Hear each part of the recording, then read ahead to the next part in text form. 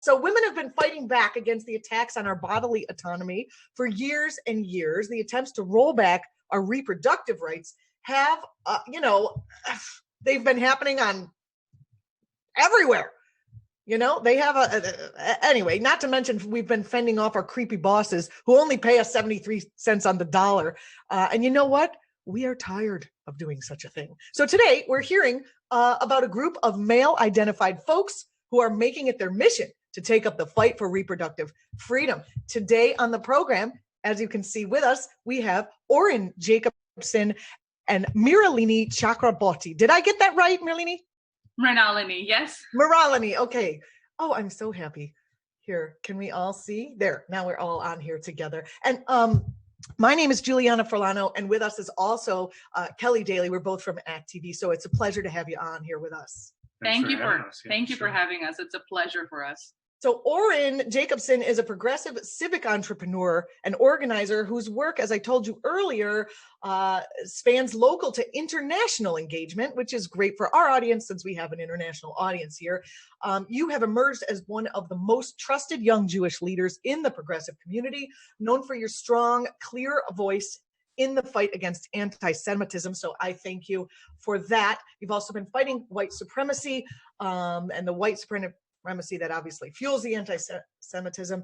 And you always show up as an organizing ally. So I appreciate that. Mrinalini Chakraborty, did I get it right this time? Chakraborty, Mrinalini Chakraborty. Gosh, it's a hard name, so it's all good. Okay. I go by Mrin, so. Mrin. Oh, bless you. She is an award-winning social justice and civil rights activist, political organizer, movement builder.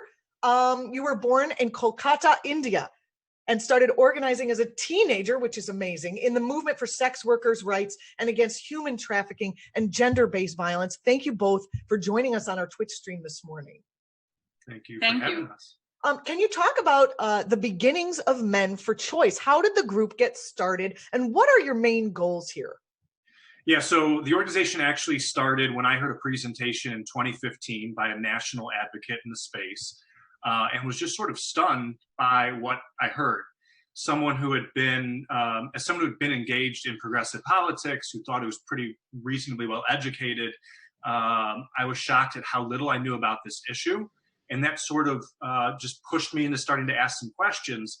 Among those were sort of, why didn't I know? If I don't know, what does the average guy out there know? And where are the men? And could you get them more involved? And so it really wasn't about a personal experience with abortion. I'm not familiar with any partner of mine who's ever had an abortion or anybody in my family. It was sort of one of those moments where you have an oh crap awakening, and decided that I needed to do something. And that something ended up evolving into this organization, which has a very straightforward set of goals, as you asked, which is get more male identifying allies off the sidelines and into the fight as active partners and allies to protect and expand access to abortion and reproductive freedom. Why do you think it's so important that male identifying allies come forward in an organized way? Allyship work is something that has been very central to the work that I have done over the last 4 or 5 years at least. And, it's true for Men4Choice just as much as it is true in other feminist organizing that I do. I think it is, with reproductive freedom, it's not the women, trans men, or just gender non-binary folks that are the problem here. Right? We see it so clearly that it is mainly on cis men and male identifying folks to step up and kind of take some of that burden off our shoulders, because, we've been saying, as we're building this campaign that we have launched recently, a lot of male folks that we encounter are this is not really my fight. My voice doesn't really belong here. But the point is that cis white male voices are already part of this conversation. Look at who's passing all these legislations. So it's really, really important for allies to show up and organize themselves and their communities and their peers, because I mean, you gotta collect your own people, basically. And this is not just, I mean, people tend to think of women's reproductive freedom as an issue that just affects women, but it also affects men in a major way. Can you talk about why men should care about this issue for their own health and well-being? Yeah, so I mean, obviously, the decision of whether or if to have children is something that affects all of us, and I think it's important and okay for men to acknowledge the fact that we're stakeholders in that. That has a big effect on our lives. I think that's important. Yeah. Not just okay, but like, yeah, really important. Now, that being said, as I've said to some other folks recently, guys have never been confused on whether or not there's a big impact on our lives on whether if we have children. Like, we get that inherently.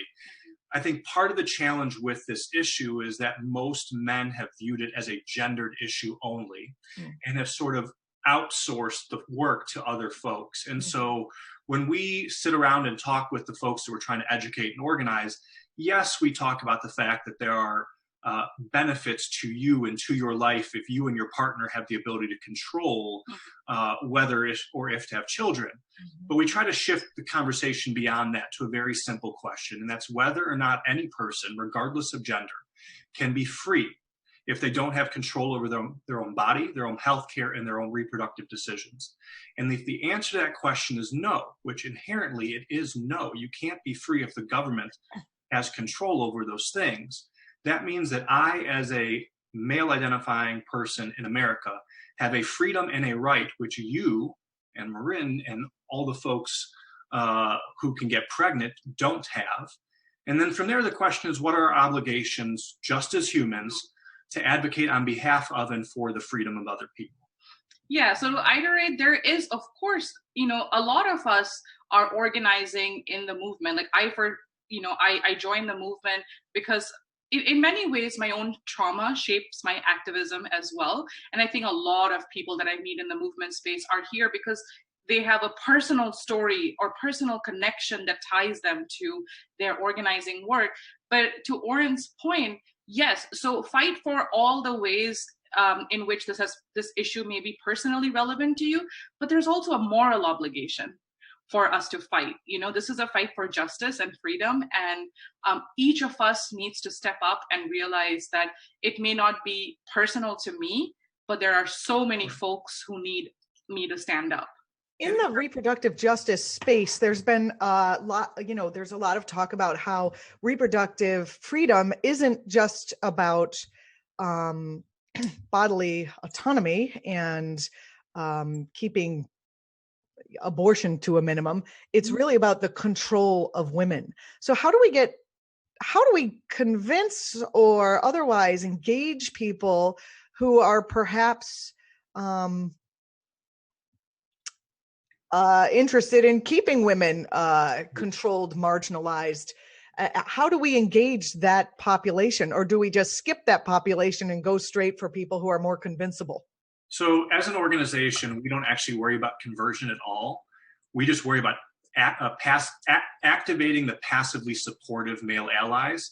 Something like 60 million men in America, adult men, believe that abortion should be safely accessible and legal in most or all cases. That's the group of people that are standing on the sidelines, that if we could move even a small fraction of them into the fight, would dramatically expand the power of the movement, in particular because, as Mrinalini said, it's largely men who are passing the laws. So those who have systemic power are men. So if more male allies can step into the fight and challenge those men, I think that's a great idea, especially given the fact, on this show with some of our guests, we've talked about how men will listen to men.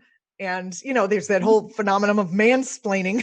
So if there are men in power who really are still of a very old mindset, or whatever you want to call this mindset that keeps them voting against women's ability to have the same rights and privileges and freedom as every other person, i.e. men on, the country. And we're going to organize whoever wants to, join this fight. At the same time, as Oren was saying, there is such a wide swath of passive allies who are kind of sitting on the sidelines. as a tiny organization, and to our knowledge, the first of its kind, we're going to focus on the folks who are ready to be activated and educated. And I'm assuming you're going to try to get those folks to be active in a way that like changes policy or protects policies that would protect reproductive freedom. And sometimes you're going to have to deal with those dinosaurs. That's the goal, yeah, for sure. Yeah. So we think about our work as sitting at the intersection of policy and culture. Mm-hmm. So as we bring men in and we do these educational forums, we do talk about the issue. We bring in partners to talk about the impact on on women, on trans men, on non-binary folks who can get pregnant. And then we have a conversation about how and why to get engaged. And we center that conversation not just on the tactical, but also on the fact that men have to address the broader cultural issues. But one of the things that we're most proud of, having originated in Illinois in 2015, is sort of what you brought up, which is we've been able to get guys off the sidelines in the fight, specifically in Illinois, to help pass two major pieces of reproductive rights legislation, two of the most progressive pieces of legislation in America over the last several years to expand pro-choice majorities. And we've done that in partnership with and in coalition with a broad group of organizations in Illinois that take the lead in the fight. It's wonderful. So can you talk about, you have several hashtags out right now. Could you talk about the campaigns that you're running right now and how people can get involved? Yeah, so we just launched a campaign last week that's called Call Bullshit. Call Bullshit, right. And the basic framework is this. If these laws were being passed to regulate the body of men in America, men would call bullshit. We would march, pitchforks, etc. Mm-hmm. And they still make pitchforks, right? And what we want to do is get in front of guys and say, you would be pissed and you would call BS if this was happening to you, but this is happening every day in America. So why are you so silent now? Part of our theory of change is that every guy knows about abortion, but we may not go beyond one step, which is, do I support a woman's right to choose, or do I oppose the idea? And for those of us who support a woman's right to choose, most of us aren't even aware of the fundamental harm, let alone the impact in terms of dignity and culture that is created. So our job in this is to try and help guys understand the harm being caused and then give them the tools to engage the right way. And so that's what the campaign is about. Let me ask you, you mentioned at the beginning that as you started learning about the issue, you became more and more motivated to help. And you spoke about some of the things that you didn't know that as you were learning about the issue, that started to move you. Can you, if we have people in the audience who are new to the issue or just kind of getting here, it would be nice to hear some of those things that you didn't know that really moved you once you learned about them into the activist space. Yeah, so there's a couple of things in particular. I'm going back to that conversation in 2015. The first one was the fact that between 2010, right after the Tea Party wave, and 2015, there were more bills proposed and passed across America to restrict reproductive rights access than had been done in the previous 15 years. So what I saw at that moment was a clear, concerted, undercover effort to attack the rights and access. And then the way that these laws were being passed and what they were trying to do, which were almost always driving a Mack truck through the idea of Roe v. Wade by making it nearly impossible for providers to stay in business. That, and then understanding the fact of how much harm was being created to people's basic access to healthcare, let alone their access to abortion care, if that's what they chose for themselves, because of the facilities that were being closed for a procedure that is, generally speaking, safer than giving birth. To me, the only way to understand that was a concerted effort, as you mentioned, to control women's bodies, to push a narrow, minority-held religious view on the rest of the American people, which is antithetical to what it is that I think we are in this country or ought to be in this country. And so those types of things really sort of resonated with me in the moment when I began to understood sort of how coordinated, intentional, and harmful the attacks on reproductive rights had been across the country. Marin, I'm going to come over to you in a second. I just wanted to tell a brief incident from my own life. I've just been pro women's bodily autonomy since being born a woman or whatever. I never even considered the opposite. Because to me, that's obviously the right stance, and it doesn't even need to be explained for some reason. But when I went to, I believe it was a Vote Pro-Choice event, another partner organization that Democrats.com is involved with, and act.tv is involved with, I heard it was like a speak out where Heidi Seek asked women in the audience and people in the audience to talk about why they were there. And a woman stood up and she shared about how her mother died. She was an older woman. Her mother died because she got pregnant with a younger sister that she could not care for. There was no economic way for her to feed, clothe, much less educate and care for another child. And she went for an abortion, which at the time was illegal, and she died. And just that story has just seared in my mind. And I had just had a baby, so that sort of that mother instinct was so strong in me at that moment, that to lose your mother because of some law, to lose your life because of some law, these aren't just stories. It's not just theory. This is the real deal. And I think those personal stories are kind of what affects the audience as much as possible. People are always asking me when I was hosting for radio, they'd say, but let's get personal about what's exactly happening. So, Rin, I know when you said there was a personal trauma, and you don't have to share, or you can, or whatever, that sort of drove you to this work. And I'm wondering two things from you, because I would love to keep you on here all day, because your background from India is incredibly interesting to me. Can you talk about, say, maybe a personal trauma you heard of that sort of engaged you in this work? And as a woman, I was already engaged just because of my body, and this is a personal affront to me and my other human beings. But then that story for me really put the nail in why this is so important. Could you talk about anything from your experience that you had that way? Sure. So just to be clear, when I said that a lot of my own experiences as a woman has shaped my feminist organizing, it is not specifically abortion rights advocacy, although I know countless women in my life personally, and those in my closest family, who have had abortions and have like a multitude of experiences with it.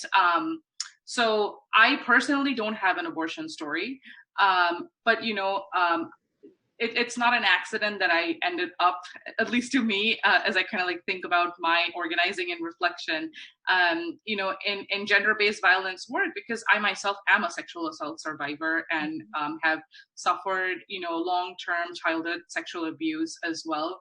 And,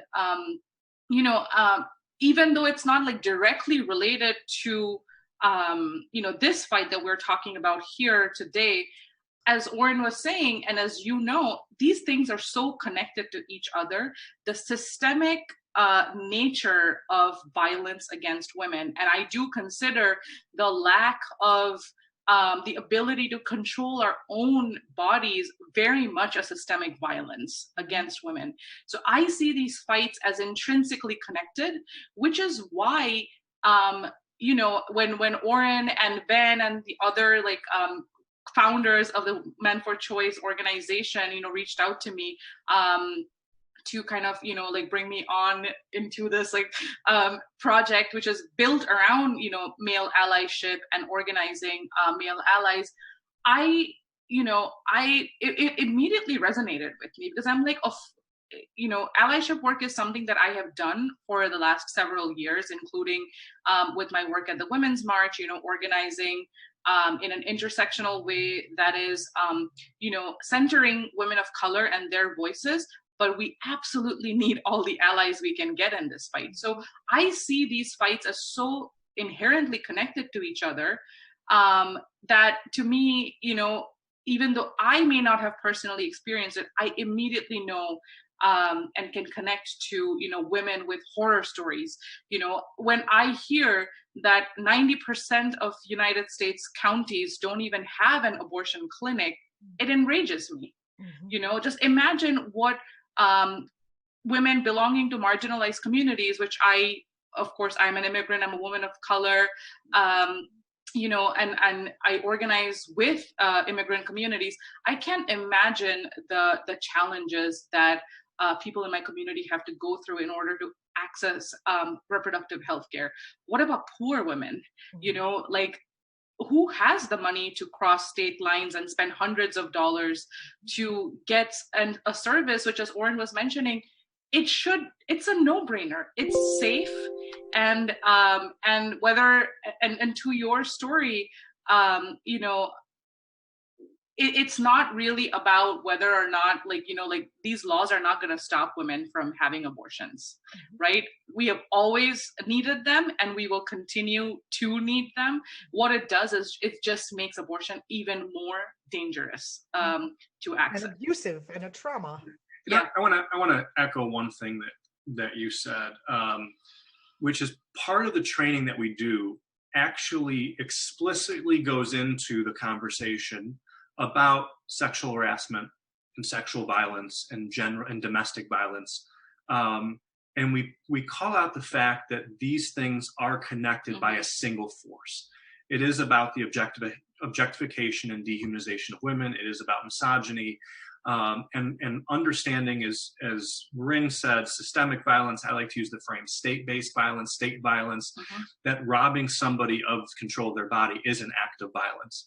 And it is centered on the same issue, which is why not only men have to step up in the policy and the political aspects of this fight, but we also have to do more work talking with each other about the underlying cultural dynamics that we have control over, that sort of fundamentally perpetuate those problems. Marin, could you talk a little bit about the difference in the two cultures? You did a lot of work in India. Where are we in the United States in terms of having a more equitable and just society between men and women? And what is the fight in India? I feel like we might be getting off topic from Men4Choice, but you are so fascinating that I can't help myself from asking. Firstly, great question. And I love talking about the state of the feminist revolution globally. And these are inherently global fights. I am very much somebody who thinks about feminist organizing from a very international perspective, because I see our movements so deeply connected to each other, right? And I also see our oppression so deeply connected, right? I want to preface this by saying that unfortunately for me, I'm not as deeply connected to the movement work in India, and have not been in the last decade of my life, and my work has really been here in communities of color here. But even when I went back this past year to India, anybody who's following news of Indian politics, that there is a lot of amazing organizing happening, specifically around the rise of fascism in our government. And it's interesting that at least from what I saw on the ground and within my movement circle in India, it is very much led by women too there, and young people, women and young people. And I don't think that is an accident. And I think that is a thread that I see very, very much that ties these different movements together, is the lion's share of the work is borne by those who are naturally most impacted by these oppressions, right? And to me, I see that commonality between, the quote unquote, I always say quote unquote resistance, like the new resistance to Trump in the US, how much of the work and the organizing and the resisting has really been, done by women. In terms of the state of affairs, I mean, I don't have an easy answer for that. one thing I will say that people think that, and this is like very much, I don't have hard data or statistics, so I'm just going to talk about the experiences that I've had and people around me have had. A common perception that I think Americans have about themselves, as well as many people have about Americans, is that this is the land of freedom, right? Like everybody, it's like so progressive, it's so liberal, so to speak, and and here, when you're living on the ground and when you're fighting really deep on these issues, you see just how much that is not true, for our day-to-day experiences, unless you're living in super super like liberal urban cities. It's just not true, especially around like women's rights, around reproductive health care. It's not at all, like we've just fought all the fights and won all of the battles. And similarly, like in India, things, I would not say that the state of women's rights is by any means, great, or that we've won all the battles. But at the same time, like, abortion, in my experience, is much more easily available to women. I have never heard anybody in my immediate circle, there's social stigma around it, but I've never heard anybody who has not been able to access it for because of like government legislation. That includes like people with with and without the means to really have a really expensive like procedure. So I mean, that's just my experience, that we may not realize that in many ways we may be a more free society, but we still measure up pretty poorly against. We have a long way to go. Yeah, we certainly do. Yeah, for sure. I'm interested in knowing what men can do if they want to be involved with what Men4Choice is doing, and what kind of programs you have. Glad you said that, because we have just about 2 or 3 more minutes. So now this is a good time. The important part. Get this couple in here. Comments. We need some men to understand this. Yeah. So as a starting point, we think that most men don't engage because they're not clear on the harm. They see this issue through a gendered lens. They don't see a natural sort of entry point into the movement that feels comfortable for them, and they don't have the playbook that they need to do the work the right way. And so really what Men4Choice has tried to do is to solve all 4 of those things at once. So if you're a guy out there who wants to get more involved, what I would say is go to men4choice.org, and on our website you'll see a brand new resource called the Starter Kit. And what I would suggest is downloading that starter kit first. It's going to give you the background information you need to feel comfortable being an advocate and an ally. And then as far as the programming that we have coming up, number one, next month, we're going to be hosting sort of a national webinar and sort of rallying of allies to talk about next steps and moving them towards some type of direct action in their local communities. We're getting ready to host events in Florida and Georgia and in Ohio in March with coalition partners there. In April, in those 3 states in particular, we're also going to be doing a statewide college campus tour to go right to young men on campus in particular, get them while they're young and impressionable, talk about the issue and get them activated.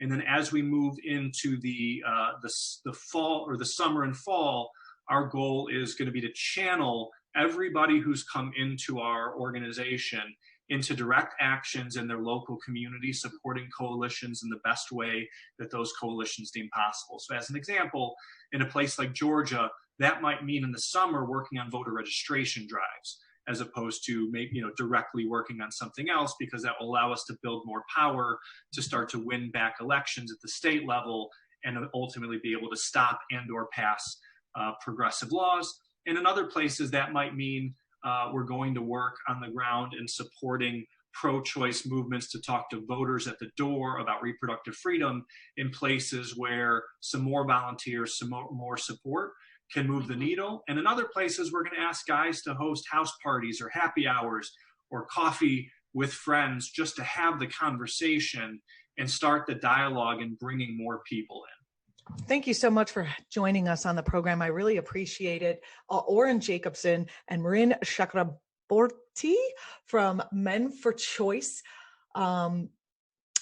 We put the link up at on right here in the chat if you want to find out more. Men4Choice.org. Best of luck, and we hope you'll join us again as the fight Yes, please continues. do. Anytime. Please do. Thank you. Thank you so much.